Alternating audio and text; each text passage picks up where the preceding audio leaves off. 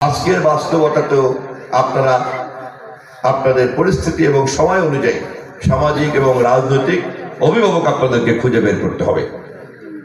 এবং আমাদের নেতা দেশনায়ক তারেক রহমান ঘোষণা করেছে, ধর্ম যার যার, রাষ্ট্র সবার।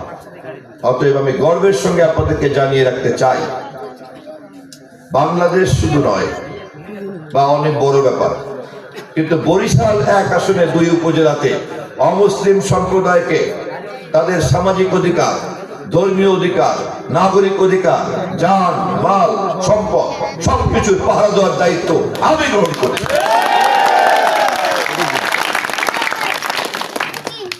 এই দায়িত্ব পালন করতে চাইলে আমার হাতে রাষ্ট্রীয় ক্ষমতা দরকার। যদি আপনার উপরে কোনো অত্যাচার হয়, আমার যদি ক্ষমতা না থাকে, আমি এসে আপনার পাশে কান্নাকাটি করব, আপনার চোখ মুছিয়ে দিব, আপনি সহানুভূতি জানিয়ে আমিও কাঁদবো, আপনি আমার চোখ মুছিয়ে দিবেন। দুইজনের চোখ মুছানো ছাড়া কিন্তু আর কোনো কাজ হবে না। কিন্তু আমাকে যদি আপনারা পার্লামেন্টে নির্বাচিত করে এমপি বানান, সংসদ এবং সরকারে যদি আমার কথা বলার সুযোগ থাকে, অধিকার থাকে, ক্ষমতা থাকে, সেই ক্ষমতা দিয়ে আপনার উপরে নির্যাতনকারীকে গিয়ে আমি তখন চ্যালেঞ্জ করতে পারবো।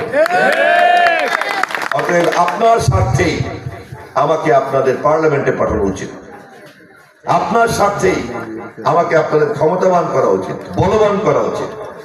কারণ এই ক্ষমতার বলে, বন্দুকের বলে, আপনার দেয়া ব্যালটের মাধ্যমে যে বন্দুক আপনি আমাকে দিবেন, সেই শক্তি দিয়েই আমি অমুসলিম সম্প্রদায়ের ধর্মীয় এবং সামাজিক অধিকারকে নিরাপদ করতে পারবো। সামাজিক বিশৃঙ্খলাকারীদের বিরুদ্ধে আমি কঠিন সিদ্ধান্ত নিতে পারবো। কিন্তু আমি যদি পার্লামেন্টে নির্বাচিত না হই, তাহলে কিন্তু এই কাজ পারবো না।